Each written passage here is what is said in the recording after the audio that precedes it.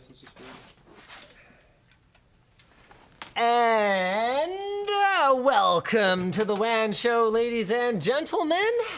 We've actually been streaming for like the last 3 hours. 3.5. I don't know if you know that. No, I do. But have we been like crushing float plane, or how's it been? It's been okay. It's been okay? Cool. Yeah. Sort of. Yeah, cool. You know, it's been okay as it like can be right now, I guess. Yeah, neat. So what's gonna happen to that VOD? Like, can that go live? Can your new transcode stack handle that? We can. It can. Not automatically. Cool. So, yeah. You guys don't have a local recording? We do. Do we? Yeah. Okay. You could. So you can do I the just local mean, recording. can you handle a 3-hour video?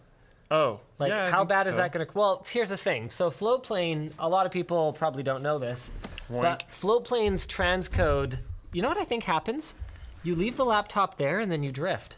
Oh, because I want to center myself on I think it. I finally figured it out. Why you're always, like, 5 inches too far that way.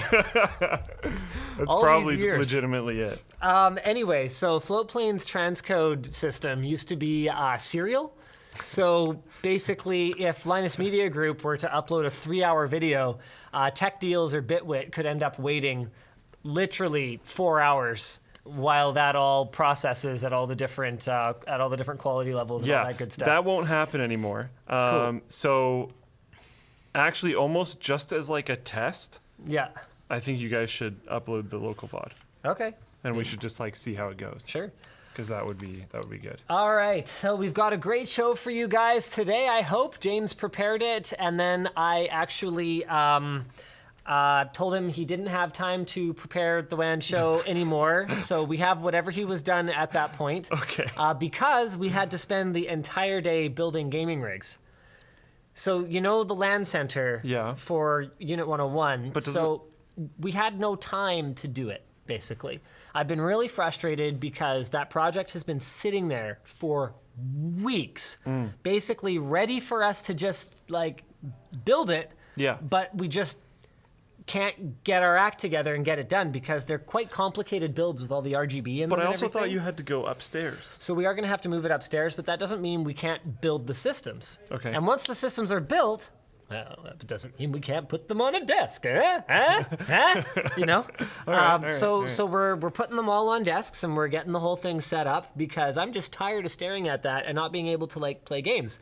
Also, we have a games night planned for after work today. Yeah. So we figured we might as well play some video games. Oh. So we might as well get some systems built. So we grabbed like Cool. literally half the company. Andy was a super champ and held the camera for the entire 3-hour stream on an easy rig. Okay. Yeah. I was like, that's actually crazy. And it was a C200, not a red, or C300, whatever it is. Yeah. It was one of the Canons, not a red. Yeah. So that helps, but like, So did you build all of them? he's a super trooper. So I built one. Oh. But here's the thing, because they were such complicated builds, I only built one. And because we had helpers like Dennis and Colton, and nothing against those guys, they just don't build computers very they all often. still work? Well, no one really screwed anything up super royally. Okay, cool. Yeah, so there's that. I just can't think of the last time Dennis built a computer. The last time he built a computer was his editing workstation, Yeah. almost 4 years ago. Yeah. So no, I do know when the last time he built a computer was. And it was a bad scene. Yeah. Apparently Andy missed lunch too. Yeah, so we're gonna buy him dinner. So, Well, yeah, that's fair. yeah, we'll buy him some dinner. Yeah. You can have a lunch voucher too, I suppose. I could let that slide, I think. Anyway, so sorry, we've got a hopefully great show for you guys today. Yeah. I get to do some backtracking because I was rude last week. The U.S. bans Huawei. Lenovo announced a folding PC, so that's interesting. Don't be a hater. We'll talk about it more Okay, later. I haven't seen it yet, but like, okay. Microsoft and Sony team up for game streaming. That's, weird and stuff. And Supreme Court allows antitrust lawsuit against the App Store. That's actually a very interesting topic. I super wish John was here, but in the meantime, too. we're going to have to roll the intro. Yep. Boom.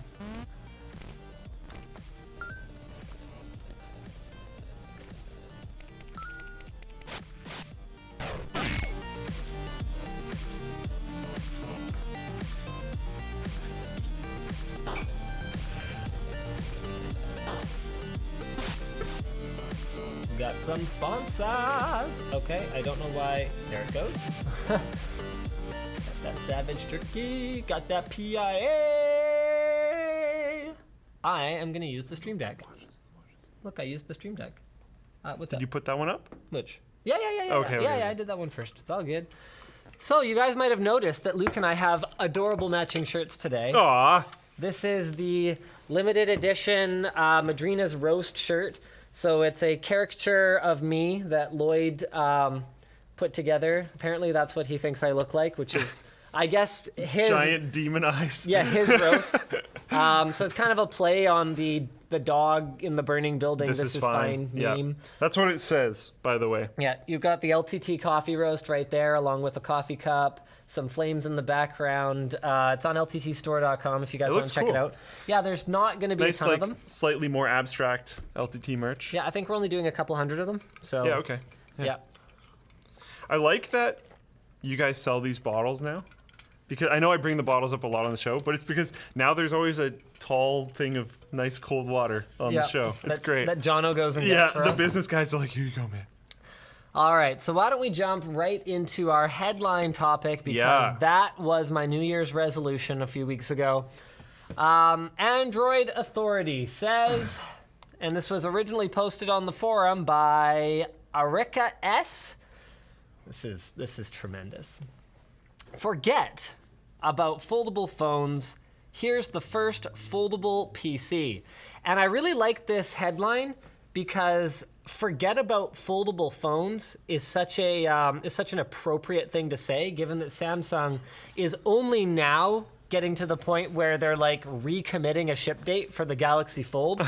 Like that thing could have ended up canceled, as far as I can tell. Yeah. So I guess. So it's just.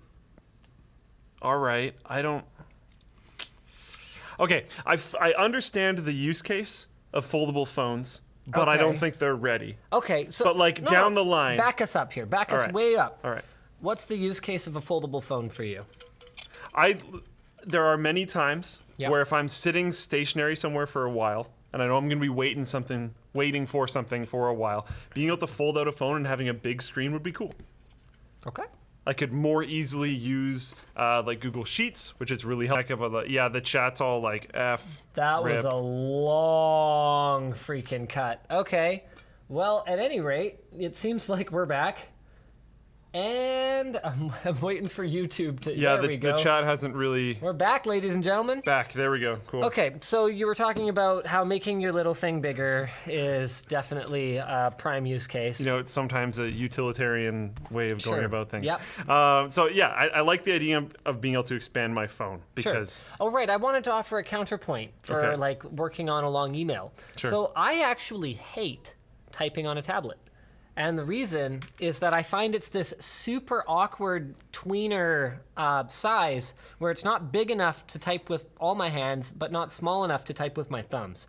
So I haven't actually used a Galaxy Fold yet, but what I want to know is if my phone was double the width, would I be able to comfortably type on it? I think I could.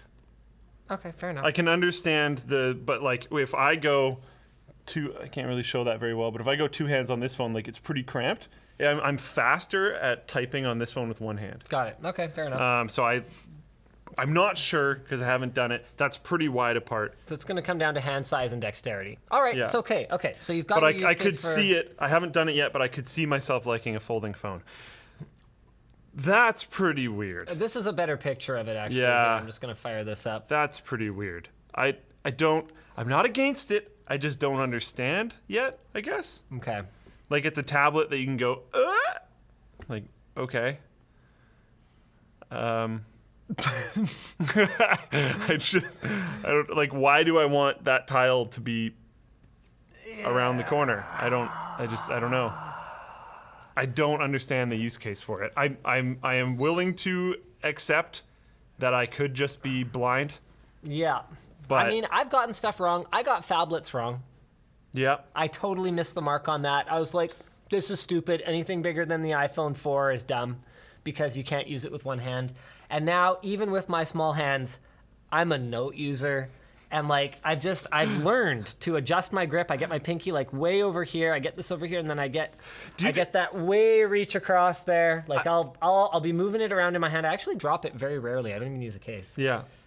I've been wondering for a while if we're gonna evolve to have like way more jacked pinkies, because there's so many people supporting their phones like this with all the weight of the phone, almost all the weight on the phone on their pinky. But it has to allow it has to select for like breathing capability, and I don't think being buried in your phone with like a super dexterous pinky is gonna Tinder efficiency.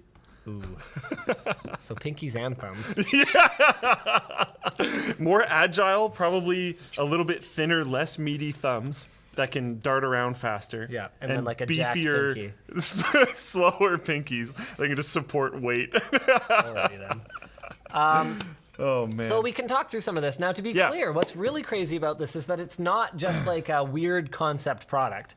Like, this is a real thing. It's going to be part of their ThinkPad X1 lineup. It's got a 13.3-inch OLED display from LG. It's 2K resolution and a 4:3 aspect ratio. That is really interesting. That's pretty funky. Now, so it's going to have an Intel CPU. They're aiming for full-day battery with support for cellular data, making it kind of like tablet-y, but it won't run Microsoft's OS, which opens up interesting possibilities for the software. It comes with a Wacom pen and a separate keyboard. So it's like more like a folding tablet, but like 13.3 inches is really, really big for a tablet. Yeah. But also like pretty small for a laptop. Yeah. Not definitely not unheard of small. There's tons of laptops in that size range, but that's on the smaller side. Now, one laptop running actually like kind of I would call it a demo on top of Windows 10 that I saw was ASUS's dual screen laptop that they showed off at Computex about a year ago. So I don't know if you ever saw this. I should bring up the video. ASUS dual screen. So ASUS had some ideas at the very least for what they thought. So this is just it, but the screen doesn't fold, basically. Here, hold on. There's Let me just just a hinge in the mute this. Okay, so we'll go ahead and full screen this. So it was like a Zen book on the back. There you go. Yeah. And the bottom.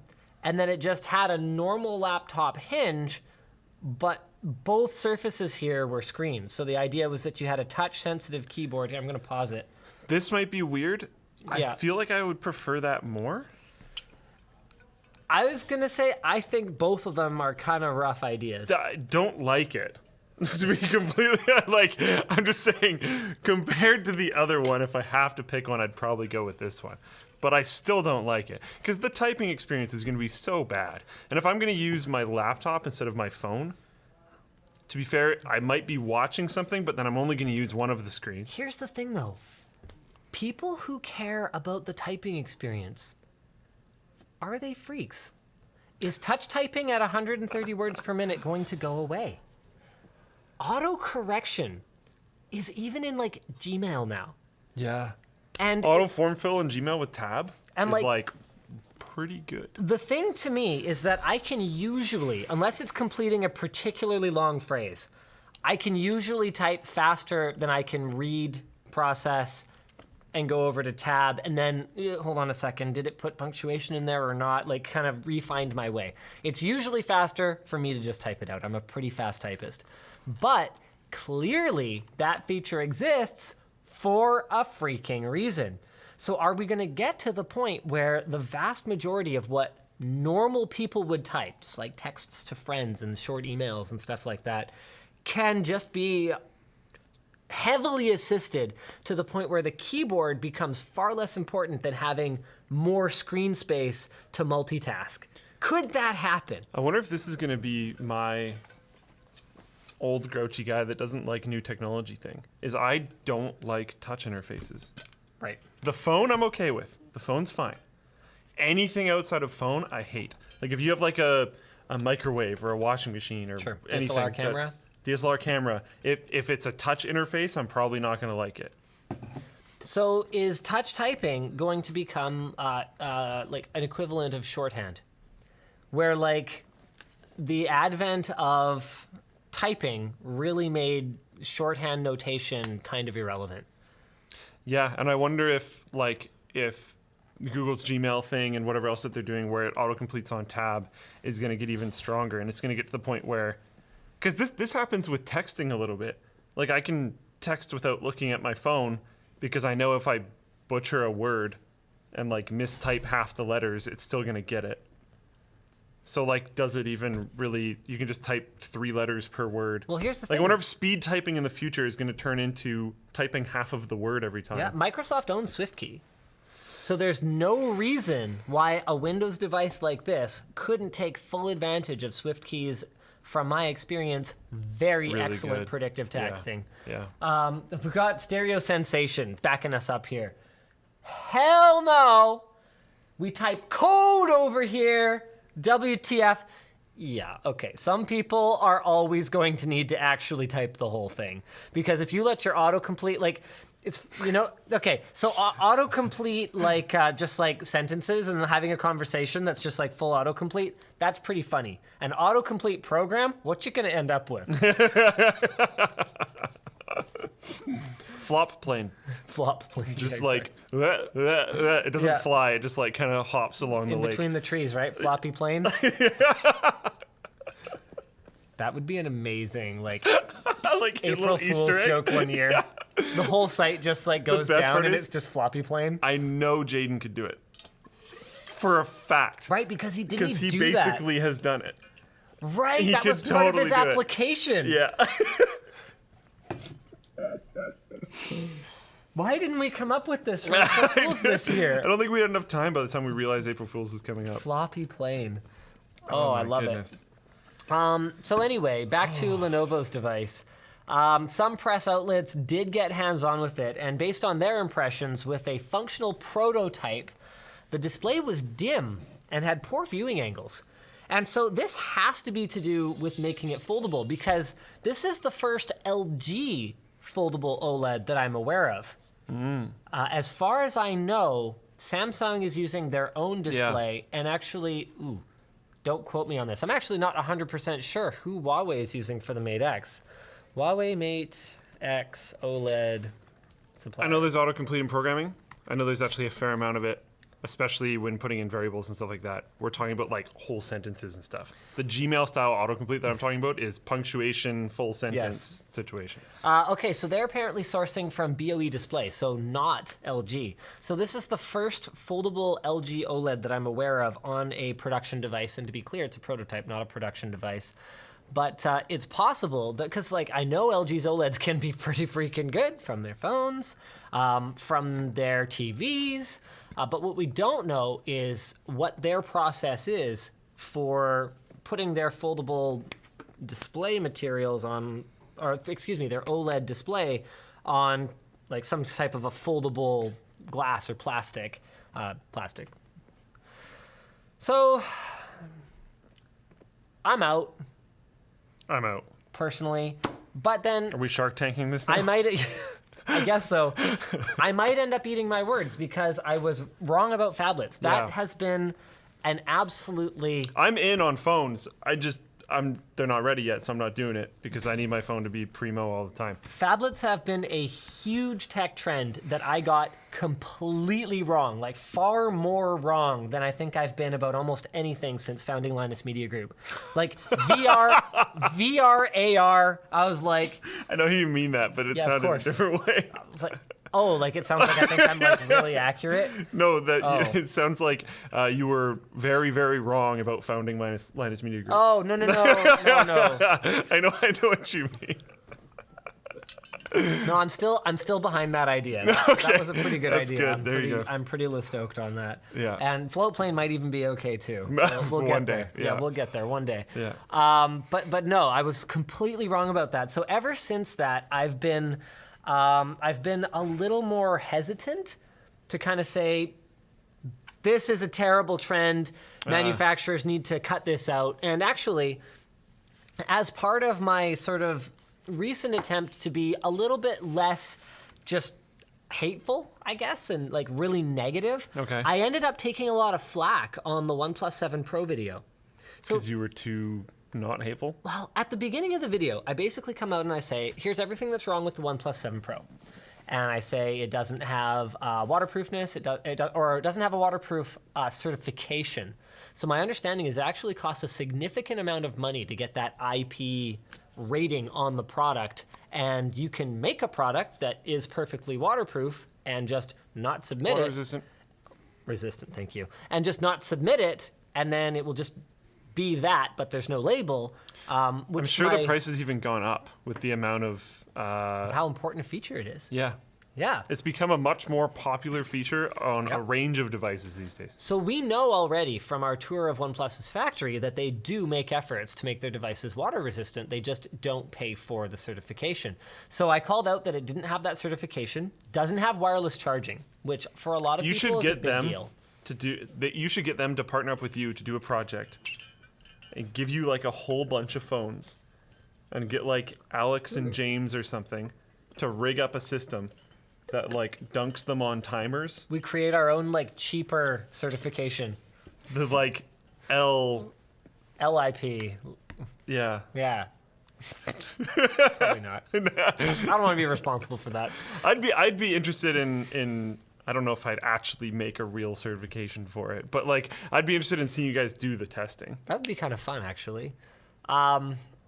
Anyway, where was I going with this? Right. So then the other thing that I criticized was the lack of a headphone jack.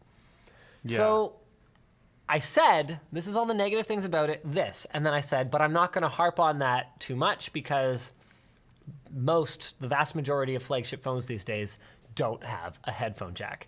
And I got a lot of flack for not like hating on it enough. And here's the thing, guys. I am not giving up my headphone jack anytime soon, which is a big part of the reason that in spite of how much I love the OnePlus 7 Pro and the performance that it gives, this is back in my pocket. Yeah. Samsung Note 9, got that headphone jack, got that wireless charging, got that everything. This phone, just like, I love this phone, to be honest with you. It doesn't have the greatest camera. I accept that. Samsung's OS, quite frankly, is just not as snappy as OnePlus's Oxygen OS. But I'm willing to accept that because I actually use the stylus once in a while now. Really? I never thought I'd care. I don't think I've ever seen you use a stylus. I use it very occasionally. So like when I was going to IKEA a few weekends ago, I took a picture of my space, popped out the stylus, wrote all the measurements on my picture, and then I had that as a reference when I was at the store. Cool. You can do it with your finger, but it's harder. That was actually why I was a little bit longer ago. It was while I was reviewing the S10 Plus. Mm-hmm. So I was like trying to do it with the S10, and I was like, this is annoying. I'm gonna go grab my Note 9 and just do it on the Note because it's easier. Yeah. So there you go, stylus. Anyway. What do you think about the 3A having a headphone jack and 3A XL? I'm annoyed that headphone jacks are being treated like a budget feature. Like you couldn't afford wireless earphones. Yeah. So you need a headphone jack. Because a lot of more premium audio experiences Are wired. do rely on the headphone jack. Yeah. Exactly. So the thing, though, is that this is a trend that I personally thought was very obvious. As soon as Apple removed the headphone jack, I was like, this is terrible. This is a terrible trend. This needs to not happen.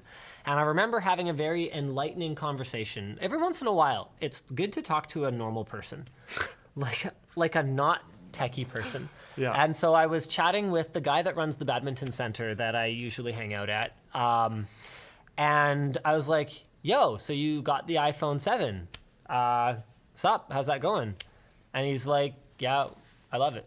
And I'm like, doesn't have a headphone jack. And he's like, oh yeah. And I was like, is that gonna be a problem for you? And he's like, are you kidding me? I switched to Bluetooth earphones like 2 years ago, and he uses Jaybirds. And he's like, yeah, I haven't plugged anything to a headphone jack in years. And I was like, oh. Yeah. And I was like, but those don't sound very good. He's like, sound good enough for me. I'm like, but you have to charge them. It's like, yeah, I got to charge my phone too. I'm like, but I'm trying to catch you on something here. so then there's my aunt, who I love to pick on. Yeah. She's never worn headphones in her life. Oh. Well. All right. Yeah. So what I have to kind of accept here, and what I have to hope for, I have to accept that needing wired headphones is becoming more and more niche as time passes. And what I have to hope is that someone is going to carry the torch. LG seems pretty committed to it still, but here's the thing. Their mobile handset division is really struggling. So clearly, this group of people that's like, yeah, headphone jack, rah, rah, rah, I'm gonna buy phones with headphone jacks, woo, is clearly not enough to, keep LG alive. That is, unless Samsung ditches it and all those people do actually move over to LG. So we'll see if that happens. But in the meantime, I'm still really sincerely hoping that Samsung is going to continue to support the headphone jack. I don't know if Nothing. oh, We're good. something we're good. die. Are we back? Okay. Something did die, but we're good. I don't know if I am putting my faith in the wrong place, but that's all I really have, because who else hasn't ditched it yet? You got LG, you got Samsung. I mean, Google brought it back with the 3A.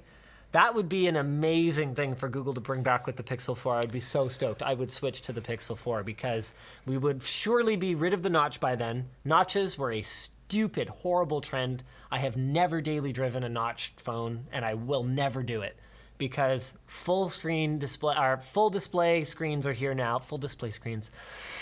What do we call them? Whatever. All display phones. Yeah, full frontal, thank you. All display phones are already here, and there's great ones, like the OnePlus 7 Pro if you're into that. Like the Galaxy Note 9, which, okay, fine, it isn't full, but whatever, this strip at the top, you weren't going to use it anyway. Deal with it. Yeah. Like, we have massive display phones already. There's no reason to use a notched phone, in my opinion. So I just hope that I have some kind of an option. A Pixel 4 with a headphone jack and no notch would be my phone, quite honestly. Yeah. I'd do it. I'd give up the stylus. That I use like once a month. Yeah, it's like that's not it doesn't sound like a huge sacrifice. I also like scribbling on screenshots with it. So I Couldn't posted. you just finger that? Yeah, it's harder. Like this one right here. So I posted on Twitter earlier this week with a screenshot of the monetization tab in the YouTube dashboard for the roast. How far back does this go? A lot of tweets, man. Was this a while ago? Oh yeah, there it is. Oh yeah, okay. Yeah, okay. So I'm like, I got like my thumbs up, I'm circling stuff, drawing faces. It really is a lot easier to do with the stylus. Sorry, it looks kind of like that. Also, I have an update on that.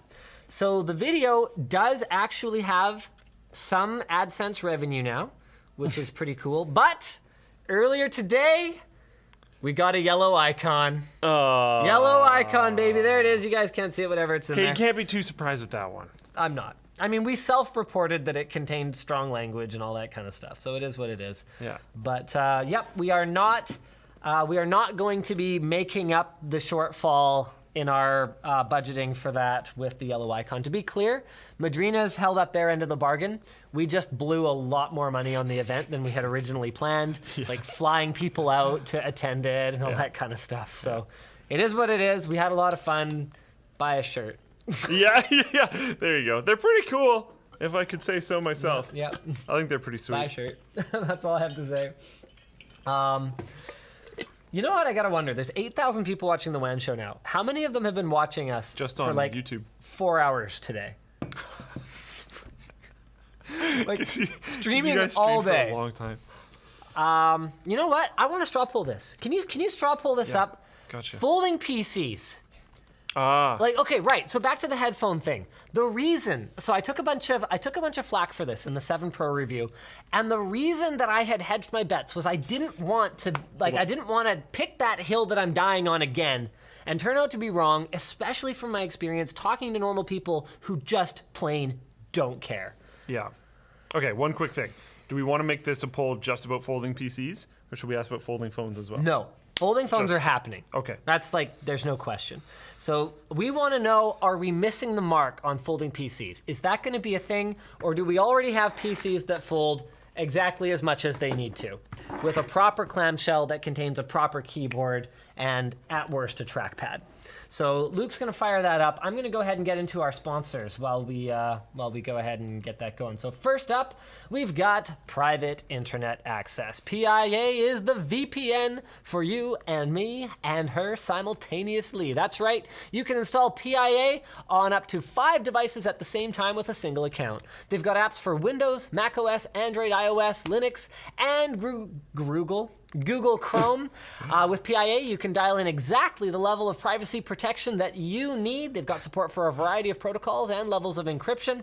Their apps include DNS leak protection and IPv6 leak protection, and their internet kill switch will block all traffic if the VPN becomes disconnected unexpectedly. So check it out at lmg.gg/PIA WAN. Go get private internet access for yourself. Also sponsoring the show today, Savage Jerky. Got that maple buffalo bacon! I'm so hungry. I haven't had lunch today. I'm salivating so hard right now. I'm so excited. They got me mine. Oh, your Mojo jalapeno? I love this one. Savage Jerky. The goal was to create a snack that without nitrates or preservatives that's full of flavor, but that isn't bad for you. They've got 13 different flavors of jerky, like the sriracha bacon and maple buffalo bacon. So happy right now. They also make barbecue sauce. Do you do barbecue sauce on pasta? Have I asked you this before? Did I say barbecue sauce? I'm sorry, hot sauce. Hot sauce, yeah, okay. You've asked me the hot sauce one before, yeah. not barbecue. I was like, you've evolved. I know. I can't keep up. I don't know if I can get into that. Have you tried it? Not yet. You should try it. Yeah. Like I actually had pasta recently, I just completely forgot. like 6 drops of the, forget if it's the ghost pepper one that I've been really enjoying lately. It's either the ghost pepper one or the Reaper. No, I think it's the Reaper one that I've been eating lately. Like 6 drops of that on a plate of pasta. It just puts a nice little kick into it. Absolutely love it. Anyway, their Carolina Reaper hot sauce uses one of the hottest peppers in the world, the Carolina Reaper, and you can use offer code LTT to save 10% at savagejerky.com. We also have a new sponsor today. So I'm gonna have to read these labels. This is the Hive. This one's for Luke, or the Dover for Luke. Okay. Oh, the box is apparently engraved. Oh yeah, look at that. That's cool. Okay, so Yord watches. So they're best known for their wood designs, but they're continuing to expand their boundaries to include other natural elements, such as, do you have what's that one made of? Apparently they have marble watches as well. These all appear to be wood designs. They have a huge selection, and the ability to personalize makes Yord a great place to go for gifts for dad. Oh yeah, Father's Day is coming up. That makes sense. Right. Okay. Cool. Actually, this is funny. A lot of people have noticed I've been wearing the Galaxy Watch. Yeah. You notice anything about it? It's off. It's dead. So my goal is actually to wear this watch continuously for a month. Not because I actually like it, but because I'm trying to make a point about smartwatches in general. I'm really unhappy with the state of them. So I'm going to review this after having not charged it for a month. And I'm going to review it in the context of how my life really didn't change because it was so worthless already anyway. I really, really don't like this smartwatch. And then maybe I might just go back to a dumb watch. Anyway, I'm going to throw this on because... You're not dumb, Jord Watch. I got to tell you guys about Jord watches beautiful. right now. Jord or Yord? It's probably Yord. Jord. My bad. Anyway, so they've got a huge selection this and the ability to personalize to make Yord a great place for a gift for dad. Father's Day is coming up, so they've got personalized engraving available on the watches as well as their cedar humidor boxes. They've got a generous return and exchange policy, free worldwide shipping, and a great warranty. So use offer code LTT19 to get... There we go. LTT19 to get $25 off and free sizing at lmg.gg/YordLTT. So this one's really cool. Are you wearing the same one as me right now? Where it like self-winds? Oh yeah. Yeah. So this is one of those Yeah. movement wound ones, and you can actually see the mechanism inside it. I'm sorry. Mine. Should be showing this to you guys, but I it's don't know if yours has really this. cool. And mine, it's a little hard to see for the camera. Oh, there. There you go. You can actually see it There. moving around there. So that's pretty cool. Through the back and through the front. It passes through completely. You can feel the momentum swing a little bit. That's actually slightly. really cool. Yeah. No, that's awesome. So Yord watches, check them out. More details at the link in the video description. Very cool. All right, so we've got a few more things to cover for WAN Show here. First of all, I want to jump in and apologize to our folks with autism spectrum disorder. So I had said last week that Asperger's is no longer considered its own diagnosis, but I made it seem as though being a high-functioning person on the autism spectrum is not valid. So the way that Asperger's was changed is such that it isn't its own discrete diagnosis anymore, but that doesn't mean that it is not still classified as sort of a high-functioning part of the autism spectrum. Okay. So some people were upset because they felt like I was making it sound like Asperger's wasn't a thing. It's still a thing, it just doesn't have the same label because it's just considered part of the autism spectrum now. Right. Some people were also upset because I had said we're all kind of on the autism spectrum. What I had intended to say by that was that everyone feels that way sometimes, but yes, they made an excellent point that autism is considered an excessive amount of that kind of feeling or those kinds of behaviors.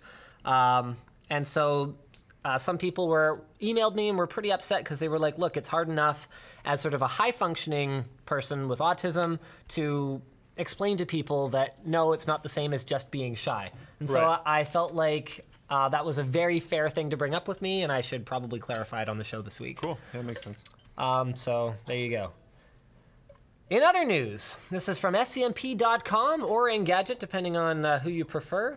The U.S. Let's get back to our survey first. So Luke Screen, are we missing the mark on folding PCs? I love your options. 774 of you say, nope, they are exactly as trash as you think. And 18% say, yes, they're going to be massive. You really didn't leave a lot of room for middle ground here. Some people pointed out that there wasn't a middle answer. I did that on purpose. Because I guess if you're going to be a futurist with a crystal ball, you got to pick. Yeah. All right. You like being wishy-washy and be like, oh, they might be niche. You could classify almost anything as niche as long as the company keeps making it. Like it's are they going to make it or no? Yeah. I don't know. This is a giant piece of bacon. There's a massive piece of And bacon. I'm going to put it in my mouth hole. Oh my goodness. So happy. I love that. I'm so happy. I'm so happy. Okay. Are we jumping to U.S. bans Huawei? Sure. Oh boy. So the U.S. Commerce Department has added Huawei and 70 affiliates. Whoa. 70.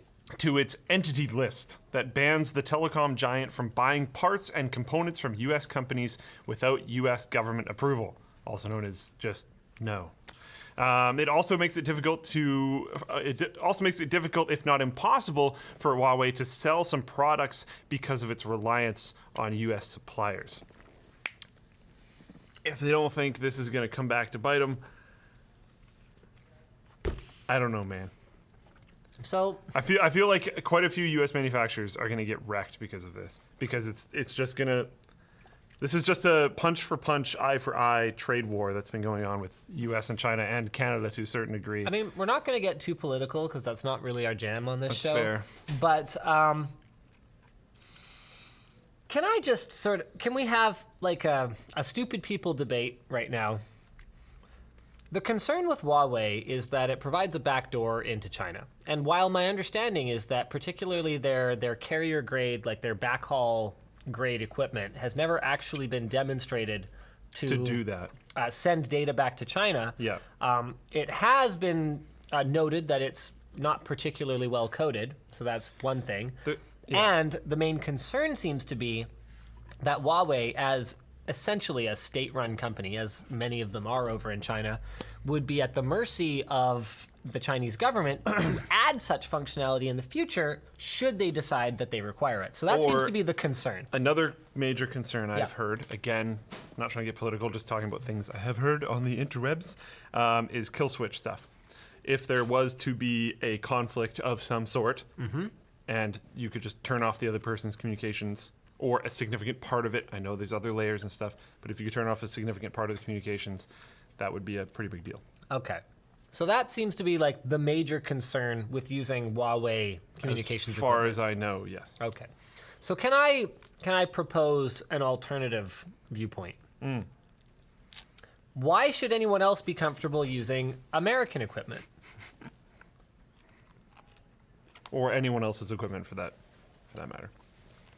No, particularly American equipment.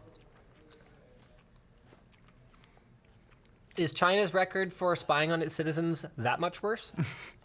I don't know. I have no idea. No clue. To be clear, as far as we Not know, educated yes, here. it is worse. But as a foreign national, so I am neither Chinese nor American, should I be comfortable with either of these options?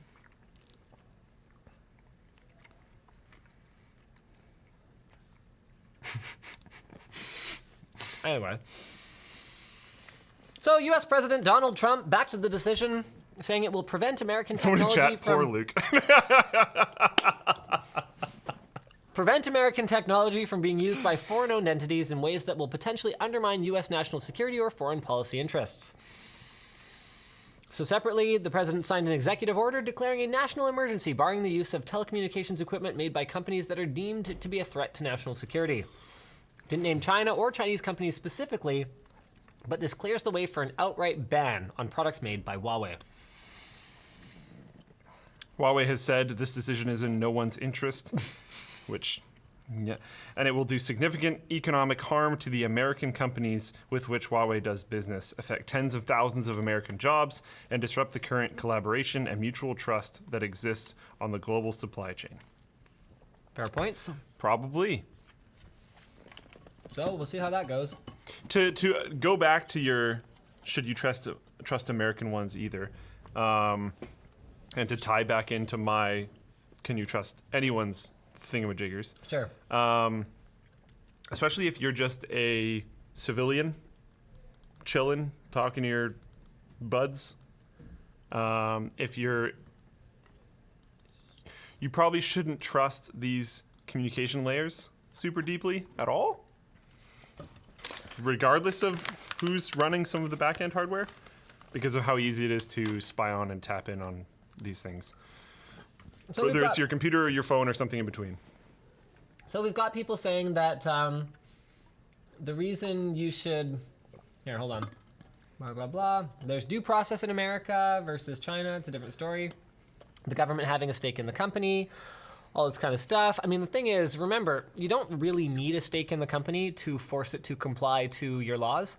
And while there's always sort of the way that things are done traditionally during peacetime, there's a lot of emergency powers that can be exercised by the American government as well in the event of like declaring a national emergency or declaring war or whatever the case may be. Like, if you ever kind of read into that stuff, it's actually kind of scary the way that they can just kind of like take land and use it for stuff and that sort of thing. Yeah. So yeah, I don't know. Property as in everything, including not land. To be clear, I don't actually believe that the American government is on China's level when it comes to the monitoring of its population. I don't think they're there. I don't think they're likely to catch up. But there's well-documented cases of funky town stuff that has happened. Mm-hmm. So... Including in Canada. We'll see. If you want to hear something really neato about Canada, look up the Canadian Spy Palace. That's like actually what it's called. So yeah, there's, it's... Should I trust Canadian telecoms equipment? We have a spy palace. Who knows? Yeah, I don't know. If it doesn't look like the Fortress of Solitude, I'm going to be disappointed. It's actually like quite stunning.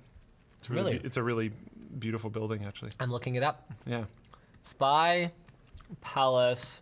It's massive and costs an insane amount of money too. Hold on. Let's on a Canadian scale. Let's all experience this together. Spy Palace, Canada. Canada's top secret $1 billion spy palace. Anytime CBC News. $1 billion and Canada are involved, it's like, whoa. Yeah, that's inside. Yeah. That's the spy palace. Yeah. Money. Fat stacks. Well, actually, tax dollars hard at work. What do we spend Canada's money on? Spy palace. What up? Billions of dollars. Really fancy staircase. Screw these citizens. Let's talk about the Supreme Court allowing the antitrust lawsuit against the App Store. So this is, Okay. I wish we had John here because he's always good to talk to about this kind of too. legal stuff. But there are a few things that I do know. So one is that this doesn't mean that Apple has been found guilty or that they have to open up alternate app stores on the iPhone or anything like that.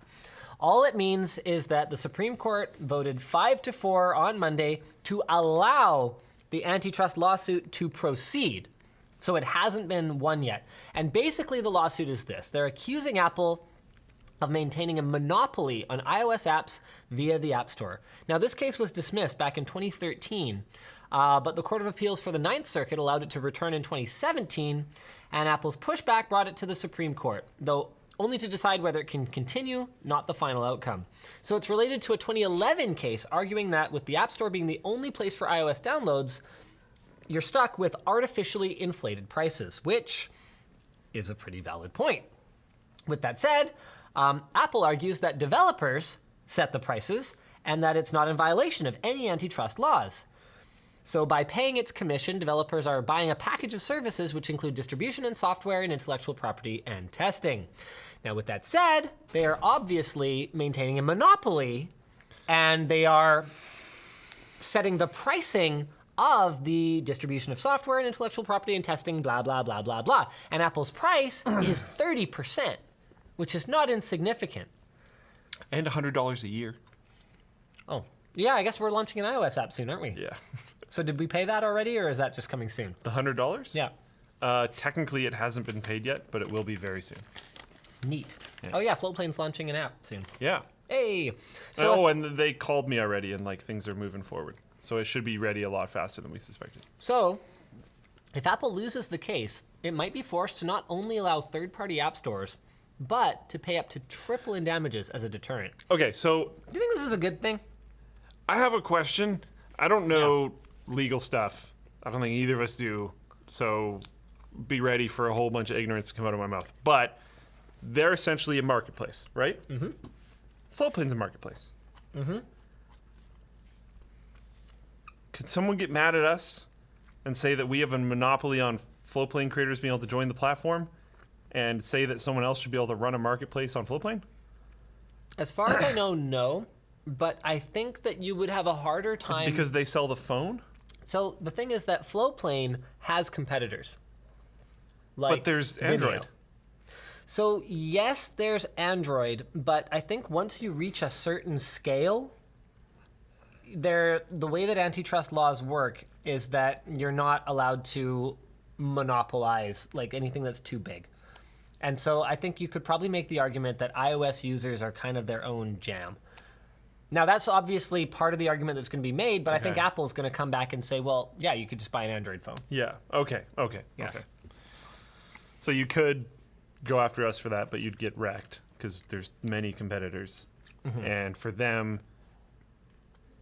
like leaving the ecosystem of iOS is probably so difficult that you might be able to argue And damaging. that you might be Yes. able to argue that it's a monopolized group of people. Okay, interesting. So we'll see how it goes. I think. What do you? I think this would actually be pretty damaging to the appearance of iOS and Apple, personally. I think that this would be damaging to the iOS ecosystem in general. I Yeah. actually fully support Apple maintaining their lockdown on the App Store, to be perfectly honest. It might not be a popular view. It's been very annoying for us trying to get onto it because it takes a lot longer. Getting onto the Google Store is like, oh, you got an app? You want to put it on the truck? Cool, you're in. iOS Store, you have to go through this lengthy application process, and then when you go to upload your app, they have to review it for a long time, and blah, blah, blah, blah, blah. But it lines up with the clean and pristine kind of idea that iOS and Apple is and has. So I don't know. So yeah, this is really good from Laserbolt. Monopoly doesn't necessarily mean there's only one company. It just means they control the market. Someone brought up in here, Yeah. is the PlayStation Online Store a monopoly? Maybe. So if Apple loses this, then maybe. So This is gonna be really interesting. This has a huge impact for software marketplaces everywhere. Now, I would say Steam is not, especially now. I mean, 5 years ago, ooh, maybe. But right now, Steam is not a monopoly because game developers can go to Uplay, or they can go to Epic Game Store. Oh, no, sorry, they can't go to Uplay. They can go to Epic Game Store, though. Why can't they go to Uplay? Does Uplay take third party? Oh, I don't know. Yeah, I'm not sure Origin about that. does. Okay. I'm not Either way, sure if Uplay does or not. It's pretty clear Steam is not a monopoly, but there are definitely situations like the PlayStation where that would be a very, very similar situation. Nintendo, too. Nintendo is such a walled garden. Yeah, some people are saying you can buy PlayStation keys from elsewhere, but you still have to use the store. So does it matter? Maybe it does matter? I'm not sure. I don't know. Maybe Sony's lawyers thought that was Enough. a good protection for this. I don't know. Because this has clearly been going on for 8 years now. Yeah. The whole thing's really interesting. I don't know anything about legal stuff. All right. So I think it's time for me to go play some video games. Are you staying for the games night tonight? Yeah.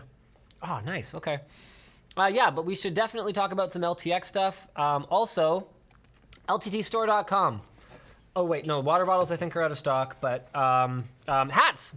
Have you seen the hats yet? Yeah, because John was wearing one.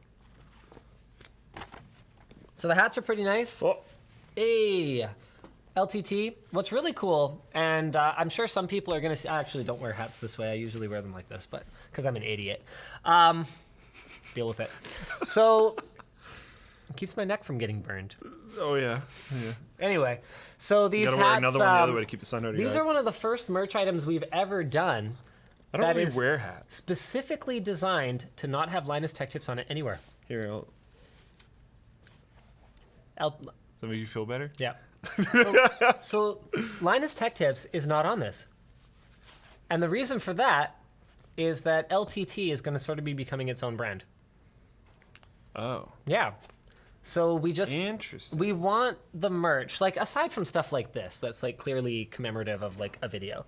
Aside from stuff like this, we want the merch to just be stuff that you might actually want to wear. You might actually want to like use. Yeah. So we're going to start to do a little bit more stealthy stuff like this. So this is the first That's step. cool. I think that makes sense. Where if you want to wear a hat that like just kind of looks cool. Because with this, if someone doesn't know that this means Linus Tech Tips, they're not probably going to worry about it. Yeah, they just won't care. Yeah. It's whatever, he's wearing a hat. We've had a lot of people ask for a black one with orange LTT. That will come at some point. The reason that we did it this way was that we really couldn't get the orange right. It didn't look good, so we are sticking with the single color ones for now. So it's blue, black, blue, and we debated this earlier. Is this maroon or burgundy? I don't know what maroon looks like. All right. So I'm going to vote with burgundy. Yeah, everyone said burgundy. So I'm assuming you said maroon. I did, but I forget what maroon looks like. I think it's more brown. I think it's more burgundy. I think I was wrong. So LTTstore.com. We also need to. What's up? What's up? Oh, yeah, I wasn't that far off. That's kind of maroony. What's burgundy?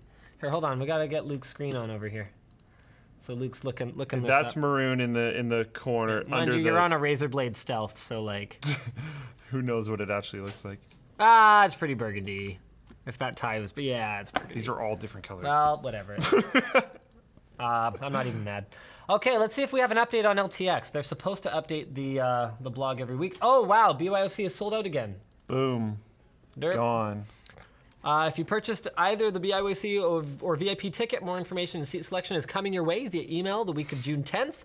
In the email, there will be a link to the DreamHack Discord, which will be the primary source of communication for all things BYOC going forward. Keep an eye out for the exact date and time a few days before seat selection goes live. Are you an indie dev or streamer? You could have the opportunity to showcase your game at the DreamHack Indie Playground or stream live right from the event at DreamHack's Stream Studio. Fill out the applications linked below by Friday, June 7th for the team to review and wait to hear back if you've been selected. Looking for a place to stay? Check out this hotel, minutes from the Vancouver Convention Center at a special rate. Oh. Still don't have tickets? There's no time like now. Go, go, go. Get them. Go Buy get them 'em. tickets. Buy them tickets. It's going to be a good show. We're like really excited about it. Yeah, me too. Let's see if All the there's float plane guys are coming. anything We got else. them their place they're going to stay. It's exciting. I'm super stoked. The BYOC is going to be huge. 590 seats now. That's amazing. Freaking awesome.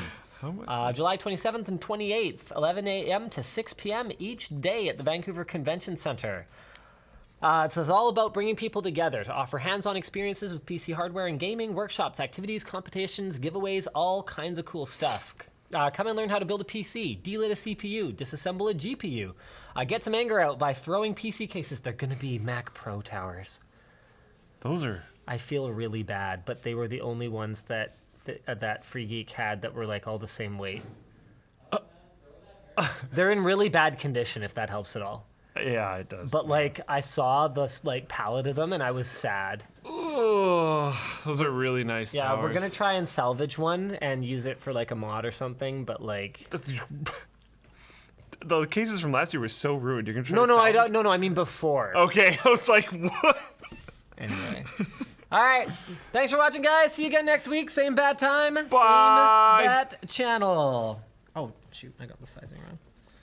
Sorry, I'm just adjusting this. It's like way too big for me. Oh, it was too small for me. Okay, that's better. Oh, man. All right. You know when I was a kid, I was this kid with like the tuft sticking out of the front of the hat. This was like, there, that was it. This was my style. Yeah, I could see it. Yeah. Yeah.